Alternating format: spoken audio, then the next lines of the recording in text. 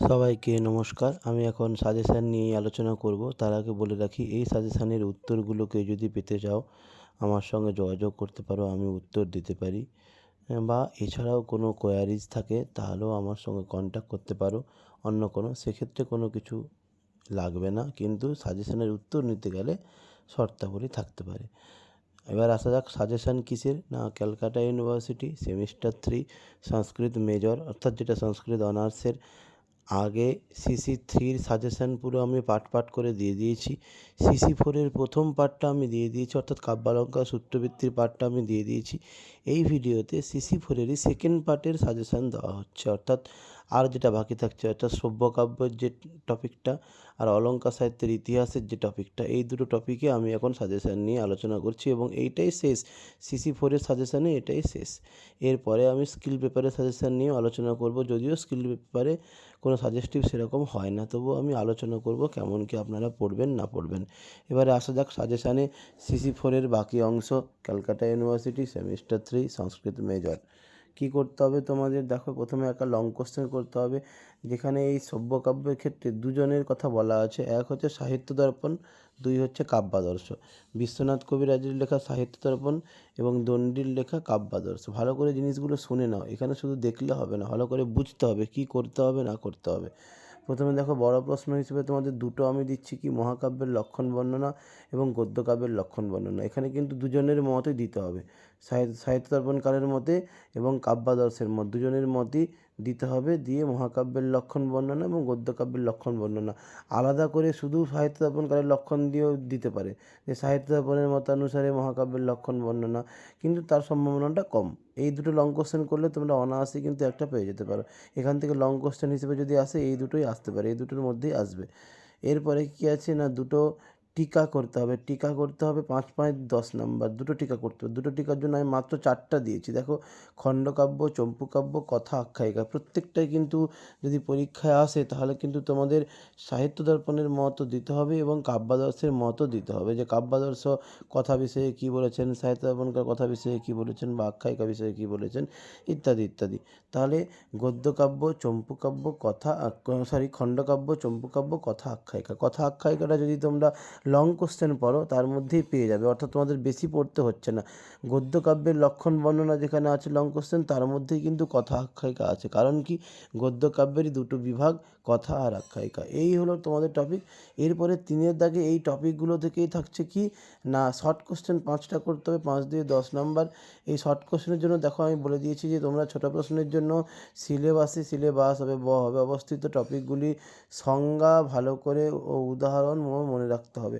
ওই যে মেন টপিকগুলো কোনটা কী বিষয়, সেই সংজ্ঞাগুলো তোমাদের মনে রাখতে হবে। অর্থাৎ খণ্ডকাব্য কাকে বলে, চম্পুকাব্য কাকে বলে, কথা কাকে বলে, আখ্যায়িকা কাকে বলে, দণ্ডির মতে, সাহিত্য দর্পণকারের মতে, বা মহাকাব্যের যে ভেঙে ভেঙে লক্ষণগুলো, যে বর্গের শেষে কী করা উচিত, বর্গের প্রথমে কী করা উচিত, মহাকাব্যে কটা সন্ধি থাকবে, মহাকাব্যের রস কীরকম হবে, প্রধান রস কী কী হবে, মুখ্য রস, আর অঙ্গিরস হিসেবে আর অঙ্গিরস কোনটা হবে, অঙ্গরস কোনগুলো হবে, এই সমস্তগুলো শর্ট কোশ্চেন থাকতে পারে। এই রকম টাইপের একটু তোমরা ডিটেলসে পড়বে।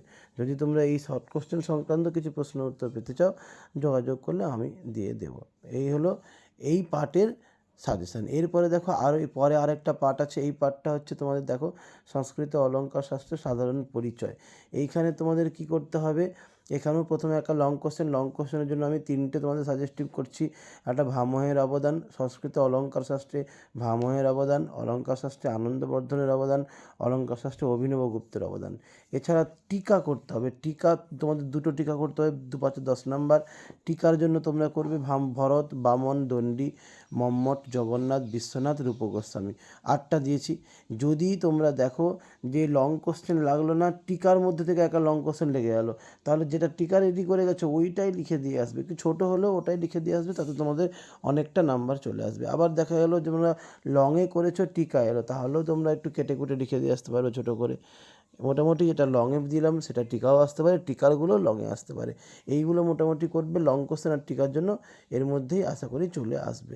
ঠিক আছে, এরপরে 3-এর দাগে কী থাকে ওই পার্টেরই, মানে তার পরের দাগটা থাকবে শর্ট কোশ্চেন দেওয়া থাকবে। শর্ট কোশ্চেনের জন্য তোমরা কী কী করবে ভালো করে দেখে নাও। তোমাদের সিলেবাস আমি আগে আমার চ্যানেলে বলে দিয়েছি, আবারও সিলেবাসটা ভালো করে দেখে নেবে।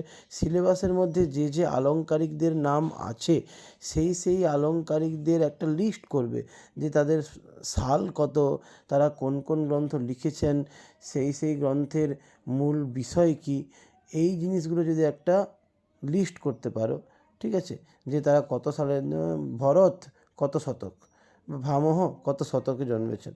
ধরুন একটা উদাহরণ হিসেবে ধরা যায় যে যে বিশ্বনাথ কবিরাজ চতুর্দশ শতক, তার রচিত গ্রন্থের নাম সাহিত্য দর্পণ। সাহিত্য দর্পণ গ্রন্থের 10টি পরিচ্ছেদ আছে, মূল বিষয়বস্তু হলো এই। এরকম করে যদি একটা ধারণা তোমরা আনতে পারো, তাহলে এর মধ্যেই কিন্তু শর্ট কোশ্চেন আসবে। এই যে লিস্ট বললাম, যে যে আলংকারিকরা সাজেশানে আছে, সাজেশান না সিলেবাসে আছে, সেই সিলেবাস অনুযায়ী সেই আলংকারিকদের নাম ধরে ধরে যদি এইরকম একটা লিস্ট তৈরি করতে পারো, তাহলে ওর মধ্যে থেকেই তোমাদের কিন্তু শর্ট কোশ্চেন চলে আসবে। শর্ট কোশ্চেনের জন্য আর আলাদা করে ভাবতে হবে না। বোঝা গেল? এরপরেও যদি কেউ বুঝতে না পারো, উত্তর নিতে চাও, আমার সঙ্গে যোগাযোগ করতে পারো, শর্তাবলী প্রযোজ্য। আর যদি কোনো অসুবিধে হয় তাহলে অবশ্যই আমাকে ফোন করতে পারো। আর অবশ্যই এই ভিডিওটা শেয়ার করো, অন্যদের দেখতে সাহায্য করো, এবং চ্যানেলটিও শেয়ার করো, তোমরাও সাবস্ক্রাইব করো, অন্যদেরও সাবস্ক্রাইব করাও।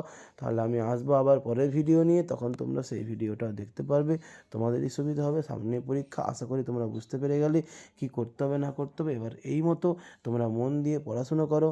সবাই ভালো থাকো, আসবো আবার পরের ভিডিও নিয়ে। নমস্কার।